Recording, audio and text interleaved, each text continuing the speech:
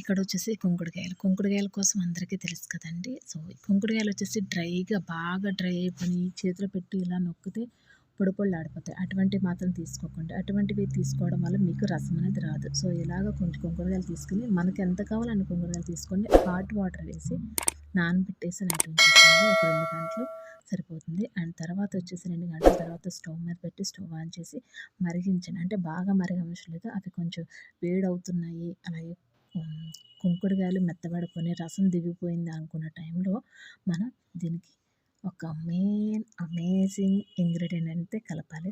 మీరు కావాలంటే ఇలాగైనా వేసేసుకోవచ్చు. బట్ జుట్టు అనేది చాలా క్లియర్గా అండ్ మెరుస్తూ అందంగా పెరగాలి అండ్ చాలా బ్లాక్గా అవ్వాలి, ఒత్తుగా అవ్వాలనుకుంటే తప్పకుండా ఈ రెమెడీ అనేది మీరు కలపాలి ఇందులో.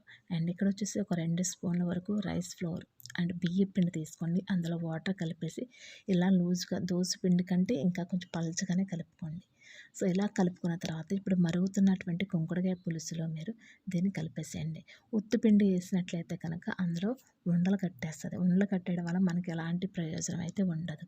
కాబట్టి ఉండలు కట్టకుండా ఉండాలంటే కొంచెం వాటర్ కలిపేసి మనం 2 స్పూన్లు బియ్య పిండిలో ఇలా వేసేయండి. ఇలా వేసేసిన తర్వాత మనకి కుంకుడుకాయలు మెత్తపడిపోయినట్టు తెలిసిపోతుంది. కలర్ చేంజ్ అయిపోతుంది, పిండి అంతా దగ్గర పడిపోతుంది. సో ఆ టైంలో మనం స్టవ్ని ఆఫ్ చేసుకోవాలి. ఆఫ్ చేసుకున్న ప్రొసీజర్ అనేది మిస్ అవ్వకండి ప్లీజ్. ఎందుకంటే ఇది చాలా ఉపయోగపడుతుంది అనమాట. మీకు చిన్నపిల్లల నుంచి పెద్దవాళ్ళ వరకు కూడా మనం ఈ షాంపూని యూజ్ చేసేయచ్చు. సో చల్లారిన తర్వాత ఇలా మనం కుంకుడుకాయ తొక్కు ఉంటుంది కదా, కుంకుడుకాయ తొక్కును అంతా కూడా మనం బాగా స్మాష్ చేసేయాలి చేతిలో పెట్టుకుని ఇలా నేను చూపిస్తున్న విధంగా స్మాష్ చేసేయండి.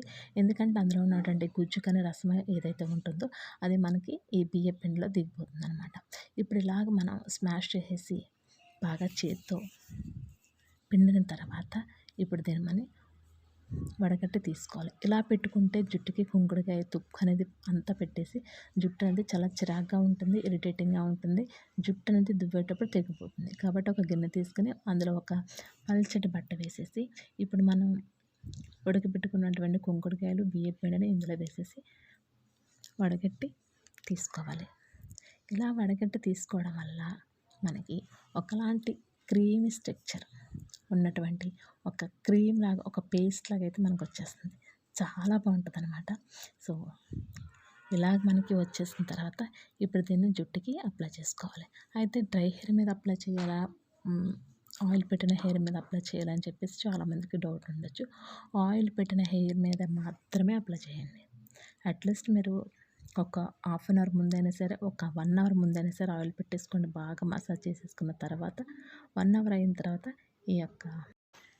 ఈ పేస్ట్ని ఇప్పుడు తలకు పట్టించేయాలి. సో ఇప్పుడైతే ఇది నేను మా అమ్మాయికి పెట్టేస్తున్నాను. మా అమ్మాయికి పెట్టిన తర్వాత నేను పెట్టుకుంటాను.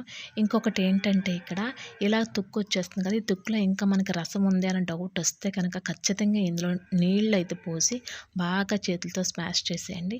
చేసిన తర్వాత దాన్ని కూడా వడగట్టి ఆ వాటర్ని మనం ఈ పిండిలో కలిపేస్తే సరిపోతుంది అనమాట. సో నువ్వు చూసారా, చాలా బాగుంటుందని తప్పకుండా యూజ్ చేయండి. ఇందులో వచ్చేసి ఇంకొక మెయిన్ వైటమిన్ ఈ క్యాప్సిల్స్. చాలామందికి కుంకుడుకాయలు పెట్టుకోవడం వల్ల హెయిర్ డ్రై అయిపోతుంది అని చెప్పేసి అంటారు. సో అటువంటి వాళ్ళు తప్పకుండా వైటమిన్ ఈ క్యాప్సిల్ అనేది 1 లేదా 2 కలుపుకోండి తప్పకుండా. లేదనుకుంటే కొంచెం కోకోనట్ ఆయిల్ అయినా సరే కలుపుకోండి. సో డ్రై హెయిర్ ఉన్న వాళ్ళు కోకోనట్ ఆయిల్ కలుపుకోండి. సో ఇది ఇప్పుడు మా అమ్మాయి తలకు పెట్టేస్తాను. ఇది మొత్తం జుట్టు కుదుళ్ళ నుంచి చివర్ల వరకు పెట్టేయాలండి. ఈ యొక్క షాంపూ పెట్టుకోవడం వల్ల ఏమవుతుందంటే తలలో ఉన్నటువంటి డండ్రఫ్ తగ్గిపోతుంది. అండ్ ఇచ్చి స్కాల్ప్ ఉంటుంది కదా చాలామందికి, అది తగ్గిపోతుంది. హెయిర్ ఫాల్ అనేది ఇమీడియట్గా తగ్గిపోతుంది. అండ్ హెయిర్ గ్రోత్ అనేది అవుతుంది. హెల్దీ హెయిర్ అనేది మీ సొంతం అవుతుంది. అది కూడా ఏంటంటే జుట్టు అనేది ఎక్కడ తెగిపోకుండా ఉంటుంది, స్ప్లిట్ హ్యాండ్స్ ఉండకుండా ఉంటాయి. ఇంకా రైస్ ఫ్లోర్ అంటారా, రైస్ ఫ్లోర్ వచ్చేసి అమైనో యాసిడ్స్ అనేవి ఎక్కువ ఉంటాయి. కాబట్టి జుట్టు అనేది చాలా నల్లగా, ఒత్తిగా అండ్ మెరుస్తూ ఉండడానికి ఈ రైస్ ఫ్లోర్ అనేది ఉపయోగపడుతుంది. అండ్ హెయిర్ గ్రోత్కి కూడా ఈ రైస్ ఫ్లోర్ అనేది 100% అయితే వర్క్ అవుతుంది. ఇది చిన్నవాళ్ళ నుంచి పెద్దవాళ్ళ వరకు యూజ్ చేయొచ్చండి. దీనివల్ల ఎలాంటి సైడ్ ఎఫెక్ట్స్ కూడా ఏమీ ఉండవు. సో తప్పకుండా మీకైతే యూజ్ అవుతుందండి. డెఫినెట్గా మీరు ట్రై చేసి చూసి దాని రిజల్ట్ని బట్టి కింద నాకు తప్పకుండా మీరు కామెంట్ సెక్షన్లో కామెంట్ చేయండి. అండ్ అదేవిధంగా మన ఛానల్ని ఈ వీడియోని ఫస్ట్ టైం చూస్తుంటే తప్పకుండా ఛానల్కి వెళ్ళి ఒకసారి వీడియోస్ అన్నీ చూడండి.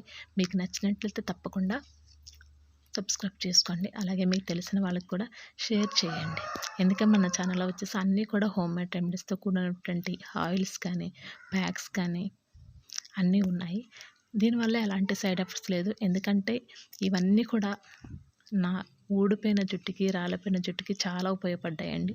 నా జుట్టు అయితే చాలా లాంగ్గా, ఒత్తుగా కూడా పెరిగిపోయింది. మీరు ప్రీవియస్ వీడియోలో చూసినట్లయితే నా జుట్టు ఎంత సన్నగా ఉందనేది కూడా మీకు తెలుస్తుంది. సో ఇప్పుడైతే జుట్టుకి మొత్తం అంతా కూడా నేను పెట్టేసానండి, అప్లై చేసేసాను. చిన్న చిన్నగా పాయలు తీసుకుని మొత్తం అంతా పెట్టుకోవాలి. ఎందుకంటే దీంతో మనకి హెడ్ బాత్ అనేది అయిపోవాలన్నమాట. మళ్ళీ మనం వేరేగా షాంపూ పెట్టడం కానీ అలా ఉండకూడదు. సో కాబట్టి మొత్తం చిన్న చిన్న పాయలుగా తీసుకుని తల మాడ నుంచి చివరి వరకు కూడా మొత్తం అప్లై చేసేసిన తర్వాత ఒక హాఫ్ అన్ అవర్ వదిలేసేయండి. హాఫ్ అన్ అవర్ వదిలేసిన తర్వాత మైల్డ్ షాంపూతో హెడ్ బాత్ చేసేయండి. హెడ్ బాత్ చేసిన తర్వాత మీ హెయిర్ రిజల్ట్ అనేది మీరే చూస్తారనమాట.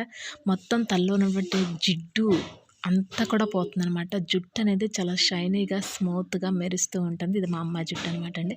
చాలా సిల్కీగా ఉంటుంది. జుట్టు కూడా ఒత్తుగా పెరుగుతుంది. చాలా అందంగా ఉంటుంది. తప్పకుండా ట్రై చేసి చూడండి. నచ్చితే తప్పకుండా ఒక లైక్ చేసి సబ్స్క్రైబ్ చేయండి. థ్యాంక్స్ ఫర్ వాచింగ్ అండి. Bye, take care.